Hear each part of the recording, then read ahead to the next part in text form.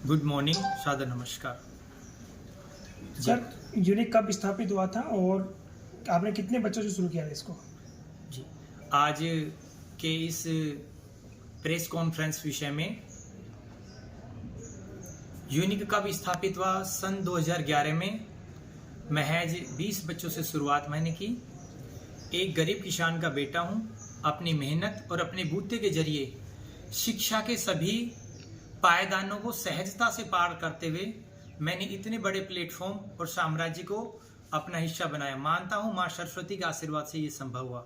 जी, unique की कुछ उपलब्धियां, उसके बारे में कुछ कहना बताएंगे? जी, जैसा कि मैंने आपको बताया, शिक्षा के पायदानों को पार करते हुए यूनिक स्कूल ने राठ क्षेत्र में वो कीर्तिमान कायम किए हैं जो आज तक मेरी नज़र में किसी शैक्षणिक संस्थान ने नहीं रखे हैं। जैसा कि मैं आपको बताना चाहूंगा, महामहिम राज्यपाल कलराज मिश्र द्वारा यूनिक स्कूल को before last year education excellency award दिया गया।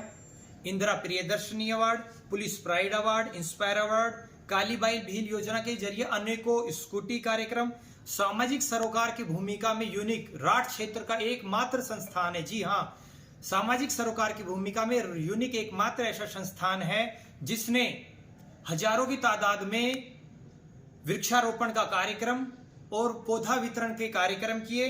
बहुत सारे शहीद स्मारक स्थलों, जिस शहीद को एक समय के बाद सहज रूप दे दिया जाता है, यूनिक की एक पहल कभी से रही है कि उस शहीद जो हमारे लिए हुआ है उसको भी समय समय पर स्मारक स्थलों पर साफ सफाई, बहुत तरह के गवर्नमेंट जॉब में सिलेक्शन, IIT नीज के सिलेक्शन, ये यूनिक की उपलब्धियां हैं। जो विषय हमारा है आज प्रेस कॉन्फ्रेंस का वो अलग है, इसलिए मैं उस पर ज्यादा चर्चा नहीं करना चाहूंगा। जी, गत दिनों जो घटना हुई थी उसके बारे में आप क्या कहना चाहेंगे? जी, बहुत अच्छा सवाल है। आज उद्देश्य भी हमारा ये कि पिछले दिनों जो घटना हुई थी उसको लेकर हमारे नाम को काफ़ी हद पर जोड़ा गया। मैं आपको बताना चाहूँगा, मीडिया लोकतंत्र का चौथा स्तंभ।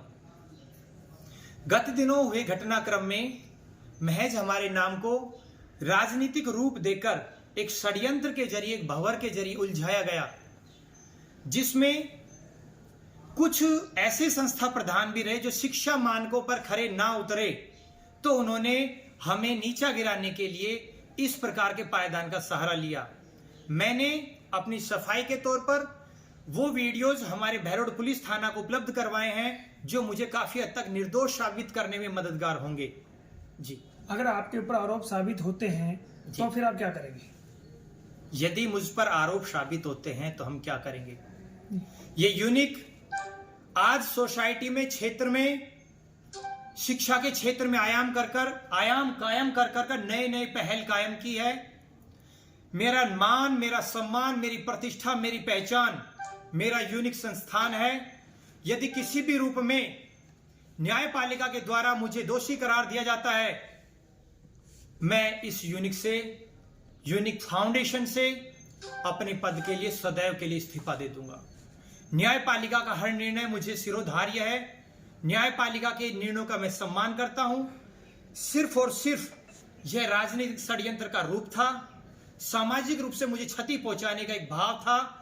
मैंने साक्ष्य हमारे बहरोड पुलिस को दिए हैं। उम्मीद है न्यायपालिका के द्वारा मुझे जल्दी से सम्मान, जो न्यायपालिका का निर्णय होगा वो मुझे मंजूर होगा। जय हिंद, जय भारत। इस घटना में लिप्त नहीं है आप इसमें?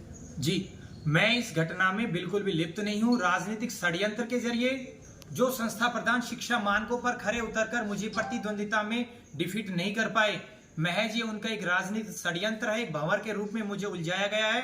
न्यायपालिका के द्वारा दिया जाने वाला निर्णय मेरे लिए शिरोधार्य रहेगा। न्यायपालिका के सभी निर्णयों का मैं सम्मान करता हूं।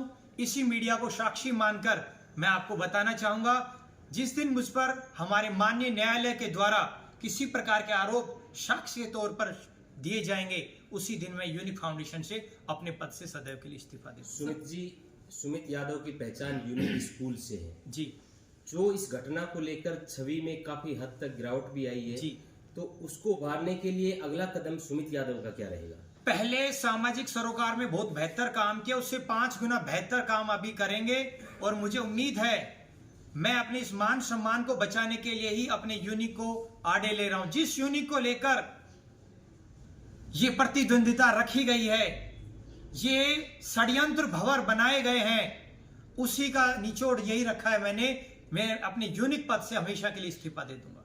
आम जनता आपको सुन रही है, तरह तरह की जो वो बातें चल रही हैं, उनको क्या मैसेज देंगे, किस तरह संतुष्ट करेंगे आप इससे? मैं जनता को यही कहना चाहूंगा, जब तक आरोप साबित नहीं किए जा सकते व्यक्ति दोषी नहीं होता है।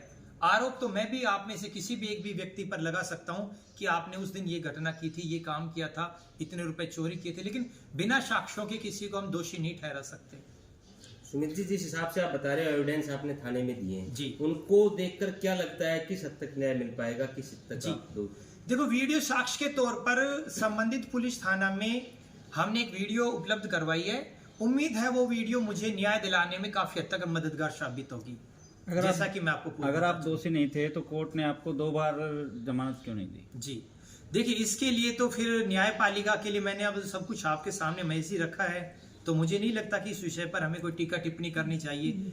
और जो विषय था वो मैंने आपके सामने पूरा रख दिया। पुलिस ने बताया कि हरियाणा के बदमाश बुला करके आप के द्वारा मैं भी बोल दूंगा, महज ही पत्रकार ने 4 बदमाश बुलाकर मेरी 10 दिन पहले पिटाई करवा दी थी, तो ये तो कोई भी किसी का भी नाम ले सकता है। हम इस विषय पर अगर टीका टिप्पणी ना करें तो ज्यादा बेहतर होगा।